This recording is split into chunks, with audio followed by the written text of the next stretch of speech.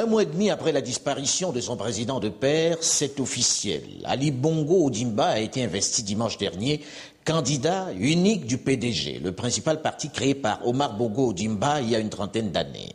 Il essaiera donc, pour la présidentielle du 30 août prochain, de reconquérir ou de conserver, c'est selon, le fauteuil qu'occupait son papa depuis 41 ans. Une désignation qui relance de plus belle le débat sur l'alternance au Gabon, surtout après la décision de quelques cadres, quelques membres importants et influents du mouvement, de se présenter de leur côté, sous une étiquette indépendante. Au moment où s'engage ce qui apparaît comme l'élection présidentielle la plus ouverte de l'histoire contemporaine du Gabon, Ali Bongo Ondimba, qui fait la une de nombreux journaux internationaux depuis le 8 juin dernier et qui n'a finalement pas perpétré le putsch militaire que beaucoup annonçaient ou redoutaient au lendemain de la mort de son papa, a décidé de rompre le silence qu'il s'était imposé pour la période de deuil et de nous accorder sa première interview. Bonjour Monsieur Ali Bongo et merci de nous recevoir au siège de votre campagne de Libreville. On va commencer par la fin avant de parler du drame familial que vous avez vécu ces derniers mois. Votre désignation dimanche dernier par le PDG comme candidat unique pour la présidentielle n'a pas empêché à quelques membres importants du parti de se présenter de leur côté. On compte désormais 3 candidats et pas des moindres, issus du Parti démocratique gabonais. Est-ce que cela veut dire que vous avez opéré un passage en force, que votre désignation s'est faite finalement au forceps, ce qui aurait obligé les autres qui avaient des ambitions à prendre leur distance avec le parti? Est-ce que de là-haut, l'ombre de votre père continue de planer sur le mouvement?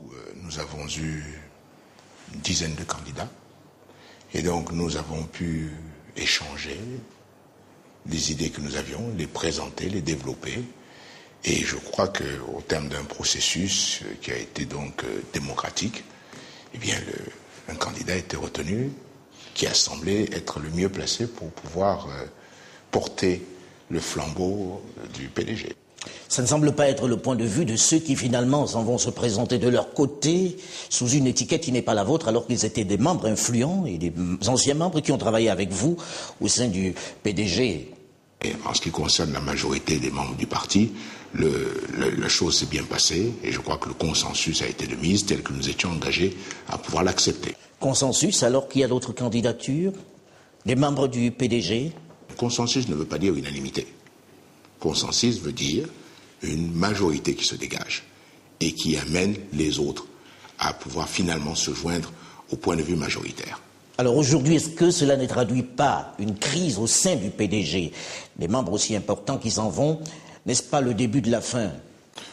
Bien grand mot, quand même bien grand mot. Je crois qu'au sein du parti, nous avons, tout au long de ces 20 dernières années, connu un certain nombre de problèmes, vous savez, de crises, sans que pour autant le parti était vraiment menacé ou remis en cause. Ce ne sont pas les premiers membres du parti qui quittent cette formation. Certains l'ont fait, certains sont revenus après.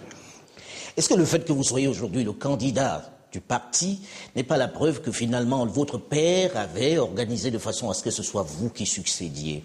Est-ce qu'on n'est pas en train d'assister à cette succession monarchique dont on a parlé dans la plupart des journaux? Je crois qu'encore une fois, il ne faut pas nous faire le mauvais procès. Si ça avait vraiment été le cas, pensez-vous qu'il y aurait eu donc 10 candidats? Pensez-vous que nous aurions suivi toute cette procédure? Ça peut être une procédure pour donner un visage démocratique à un mouvement où vous aviez déjà votre place, bien tracée. Je pense qu'il ne faut pas faire injure aux militants du parti et surtout aux membres membres du comité permanent du bureau politique qui ont eu à conduire dans une période aussi difficile, vraiment très difficile, tout ce processus qui était un processus démocratique. Aujourd'hui, vous n'avez pas l'impression d'avoir fait un hold-up sur le parti? C'est un bien grand mot, et puis là, je crois que ça serait me donner beaucoup plus de pouvoir que j'en aurais quant à l'idée de faire un hold-up. Elle ne me ressemble pas du tout. Je crois que nous nous sommes tous engagés au Gabon dans un processus de transition démocratique, et en ce qui concerne le PDG, nous nous sommes engagés aussi dans un processus de sélection démocratique. Et c'est exactement ce qui s'est passé. Aujourd'hui, qu'allez-vous apporter de nouveau que vous n'ayez pu faire pendant que vous étiez avec votre père? Vous avez été ministre dès l'âge de 29 ans. Vous êtes resté aux affaires pendant toute cette période. Qu'est-ce que vous allez apporter de neuf aux Gabonais? Les Gabonais se posent la question de savoir encore un Bongo. Que va-t-il faire que n'ait pu faire son père? Déjà, j'ai quand même une certaine expérience de la chose publique. À comme vous l'avez dit, ça fait un certain nombre d'années que je me trouve engagé dans la gestion de la chose publique, et je pense aujourd'hui que je suis effectivement je suis en bonne situation de pouvoir rassembler. D'abord, il est important pour nous de consolider l'héritage. L'héritage qui est lequel? Très simple, l'unité nationale, la paix, la stabilité politique. Chose importante pour qu'un pays puisse se développer.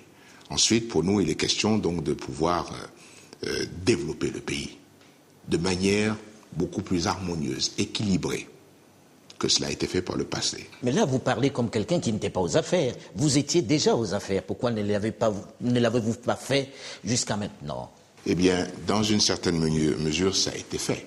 Il est impossible aujourd'hui de venir dire, et vous ne me ferez pas dire cela, que rien n'a été fait. Nous disons simplement que des choses ont été faites, certaines bien, certaines moins. Et que, à partir de ce moment-là, il y a toujours possibilité de pouvoir faire les choses différemment et faire en sorte qu'elles puissent être encore plus positives. Est-ce que vous n'avez pas des biens mal acquis en France? On a souvent cité vos noms pour un appartement et des voitures de luxe. Je crois que ceux, encore une fois, qui ont dit ça en ce qui me concerne, sont très mal renseignés. Vous ne possédez rien en France? Vous n'avez pas de Ferrari, par exemple, en France, et un appartement à l'avenue Foch, comme on a écrit ça et là? Pourquoi est-ce un crime d'avoir une Ferrari? Ai-je assassiné quelqu'un? Ai-je tué quelqu'un? Ai-je emprisonné quelqu'un? L'ai-je volé à quelqu'un? En quoi cela serait-il un crime? Vous les avez acquis dans la normalité, ces biens-là? Vous n'allez quand même pas me faire l'injure de penser que pour la possession d'une Ferrari, pour cela il faut avoir détourné je ne sais quoi ou avoir commis quel crime. Bien sûr que ça s'est fait normalement. Bien sûr. Et en plus, je l'ai depuis tellement d'années que je suis surpris que c'est maintenant qu'on en parle. C'est pas souvent qu'on a vu un ministre, par exemple, de la Défense être reçu par le président Nicolas Sarkozy, comme ce fut votre cas il y a un peu plus d'1 an. Mais qu'est-ce qu'il y a de si extraordinaire que le président Sarkozy reçoive un ministre de la Défense, si ce n'est pour parler de questions de défense?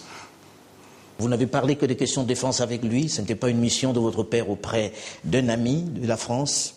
Je n'ai parlé que de questions de défense avec lui. Alors, quand on voit un Bongo aspirer encore aux affaires aujourd'hui, au Gabon, quand on voit un Bongo candidat à nouveau, on s'est dit pour combien de temps encore? On a vécu 41 ans avec le papa, va-t-on vivre 40 ans aussi avec le fils? Est-ce que vous pensez à une alternance? Est-ce que vous pensez à une limitation des mandats? Si vous étiez vainqueur demain, si vous étiez président demain. Si les Gabonais me faisaient confiance et donc me portaient à la tête de mon pays, je n'y resterais certainement pas 40 ans. Rassurez-vous. Cela ne nous dit pas, peut-être vous resteriez 30 ans, 20 ans. Vous n'avez pas envie de limiter le nombre de mandats si vous étiez président demain? Moi, je crois que c'est une question que nous pouvons regarder. Aujourd'hui, dans la Constitution, cela n'existe pas. Donc je crois que c'est une question que nous pouvons regarder sereinement et calmement.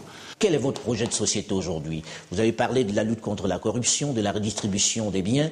Comment ça se matérialise tout ça? Il est important pour nous de développer ce triptyque qui est paix, développement, partage. C'est très important.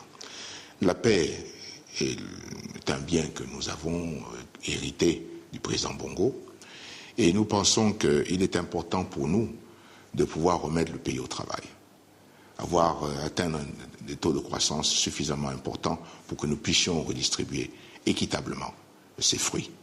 Car à ce niveau, il y a beaucoup à faire. Nous voulons lutter contre la pauvreté et nous voulons que chaque Gabonais puisse avoir accès au mieux-être.